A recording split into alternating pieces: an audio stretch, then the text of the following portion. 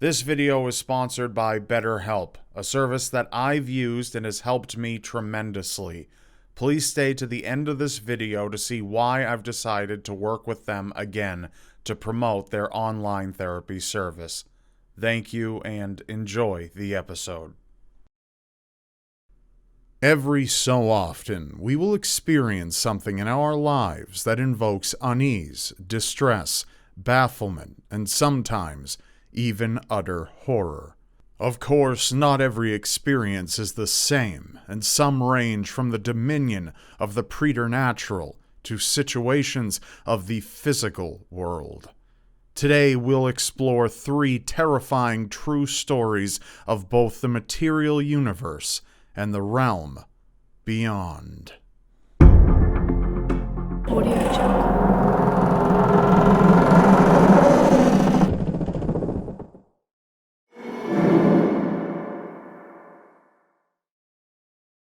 9-year-old Augustus moves into a house in Madison, Tennessee, just outside of Nashville, in the summer of 2008 with his family. Although not entirely pleased that he will be attending a new school in a new town, far away from the only friends he ever knew, nothing can prepare him for the events that transpire for the next year.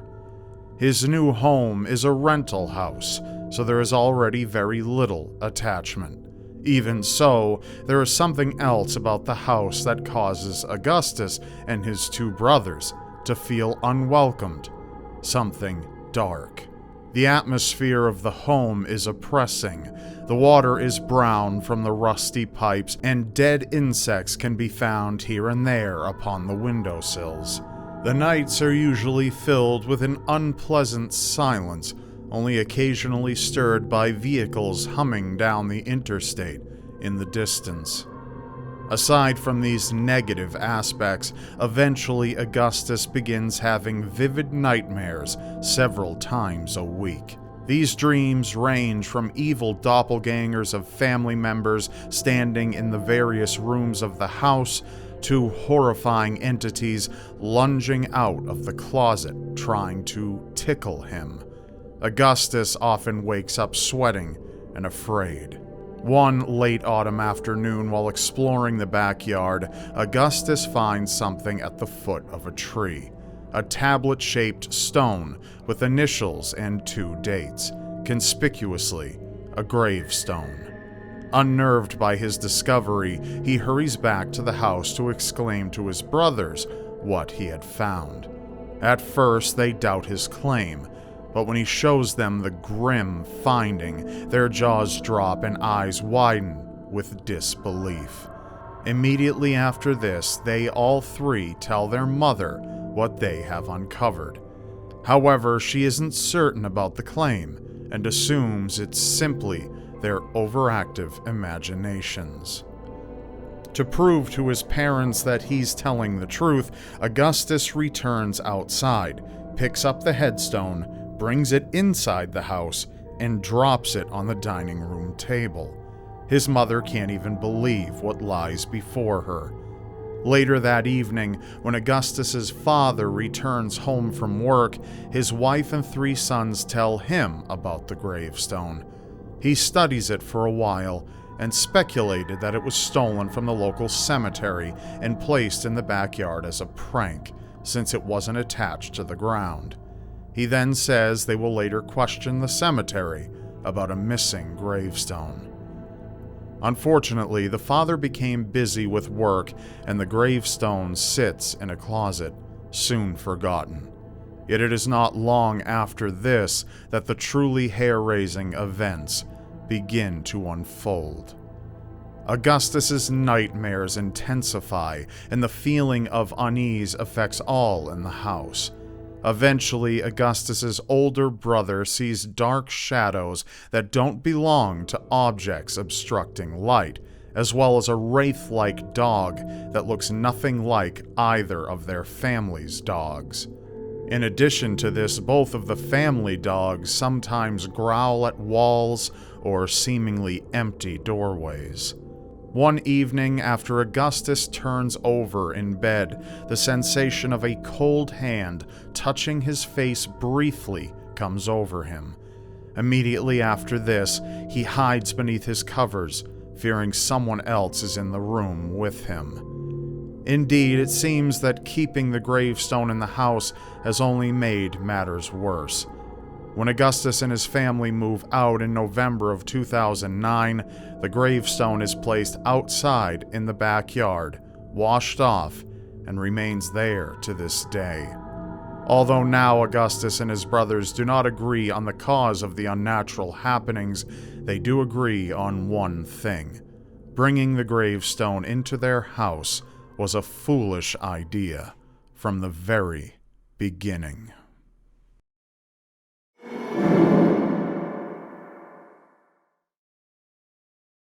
One day in June of 2018, a 19-year-old girl gets into an argument with her father. The following morning, she heads to work, but she feels guilt from her fight the previous day. The girl works from 5 a.m. to 9 a.m., but the guilt remains. And because she feels as though going home after work would be awkward, she decides to go to a local park. Because it's still morning, the girl doesn't expect to see anybody but the occasional jogger, perhaps. However, as she drives through the parking lot, she notices a man sitting all alone on a bench. She knows she won't pass him when walking into the park, so she puts any concerns in the back of her mind. But as she nears the entrance of the playground, she realizes he is staring at her. Upon the strange man's face is a disturbing smile. He continually bobs his head to the music he is listening to on his headphones. As the girl walks over to the swings, she can feel the man's perturbing gaze upon her. For about an hour, the girl sits on a swing, thinking about the argument she had with her father. The eccentric man does not bother her, but this is most likely due to the presence of kids in a daycare program playing around. But after an hour, as the daycare children begin to leave, the girl begins to have thoughts of walking back to her car. Yet before she can decide, the music from the headphones becomes noticeably louder, and this is because the same man she saw on the bench earlier is now walking over to her, his smile even bigger. The man says, "Hey," and walks closer. The girl then reluctantly says hello in response. By this time, the man is leaning against the swing poles, peering into her eyes. After this, the man asks the girl for her name.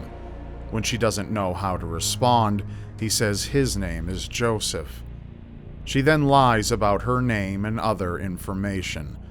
Joseph then asks the girl if he can sit down beside her. Not wanting to be rude, the girl says she's fine with it. Joseph explains his initial attraction towards her, and the girl now fears what might happen next.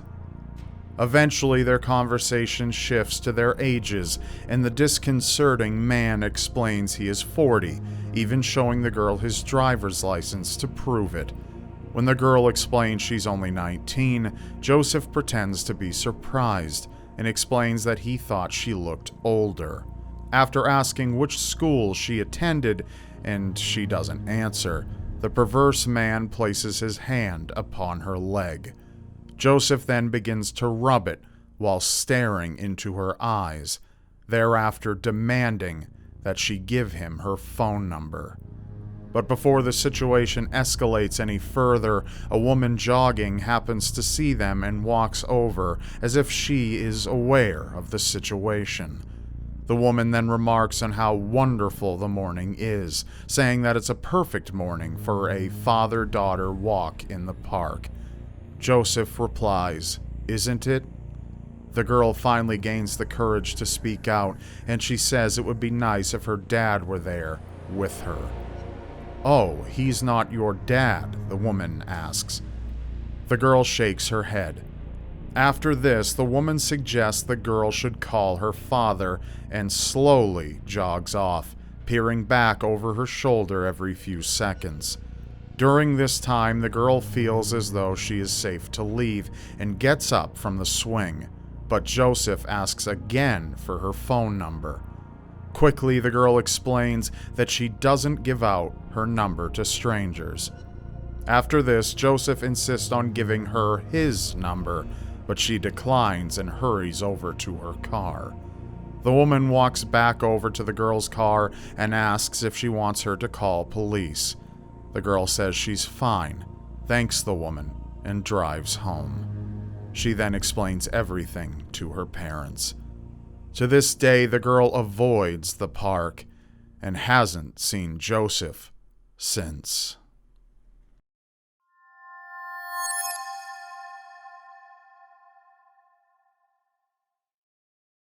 Several years ago, a boy goes on a walk with his best friend and his best friend's mother, who rollerblades down a bike path about 20 to 25 feet ahead of them.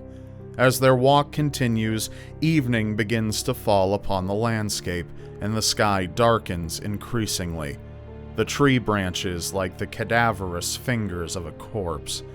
Eventually, her mother cuts through a different path and explains that she'll meet them back at the house.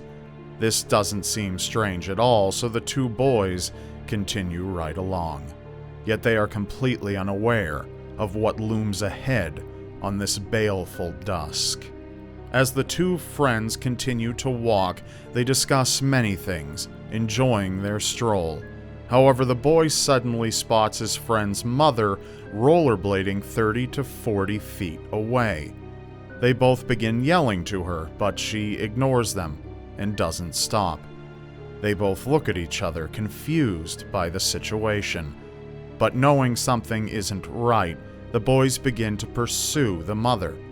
Yet she remains ahead of them, ignoring them entirely. As the boy and his friend near his home, the mother turns sharply into a field of grass and continues towards the woodland in the distance. They stop for a moment and wonder if they should continue to pursue her into the forest. Nevertheless, they decide to brush aside their fears and continue towards the home, as the darkness of night has almost claimed the entire land. However, when they return to the house, the friend's mother is standing in the kitchen cooking dinner. Indeed, something is very out of place. Both the boy and his friend know during that moment that the person rollerblading was not who they thought it was, despite whatever they saw.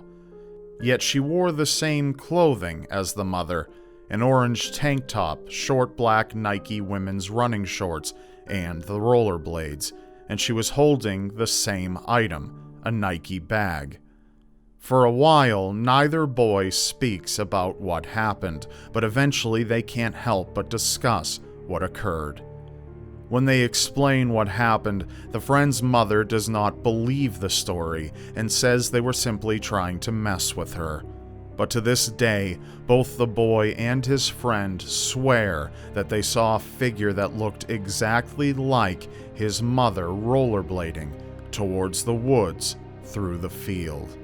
And they even speculate whether or not the entity was attempting to lure them into the woods so it could do God knows what to them. It's likely they will never know, and perhaps that is best.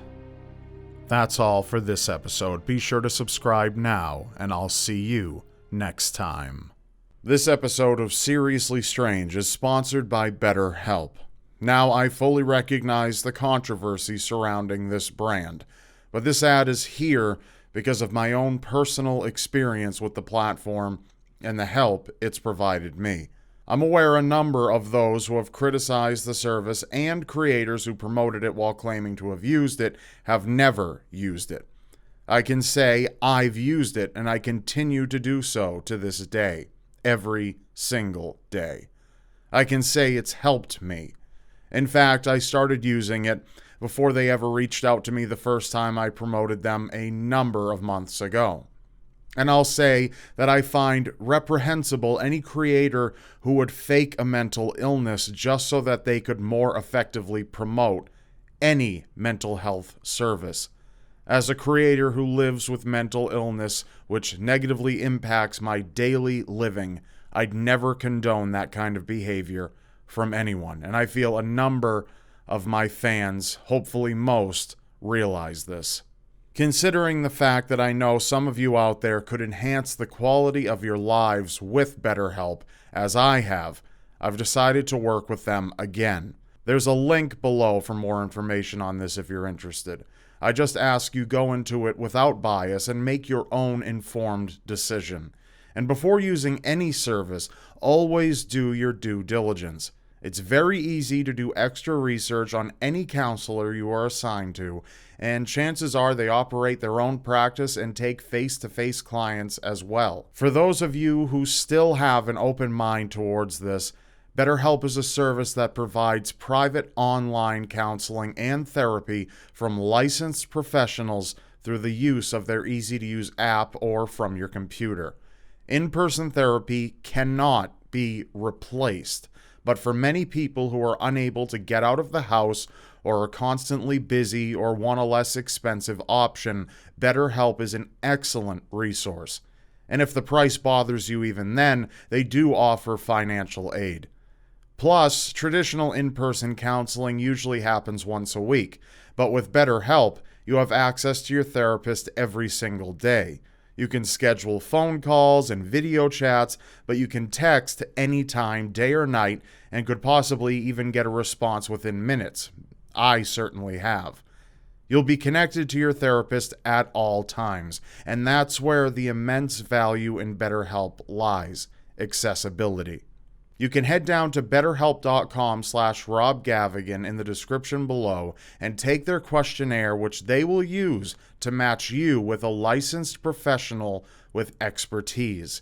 If you don't vibe with the person you're matched to, that's okay. You can always switch at any time. As I said earlier, I've used BetterHelp for longer than we've been working together.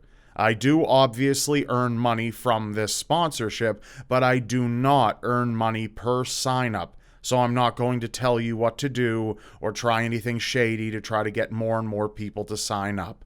Just know that if you feel you could benefit, the offer is there, and it's worth looking into if you feel you need this kind of service in your life. It works for me, and I'm not going to let the threat of ignorant amounts of hate flooding my way. I'm not going to allow that to keep me from offering something to you that could help you, because you as my audience always comes first. Always. So again, you can head down into the description below to betterhelp.com/RobGavagan and join me in a journey towards better mental health and a new horizon. And I wish you the absolute best, and thank you so much for remaining open-minded if you have. Thanks again.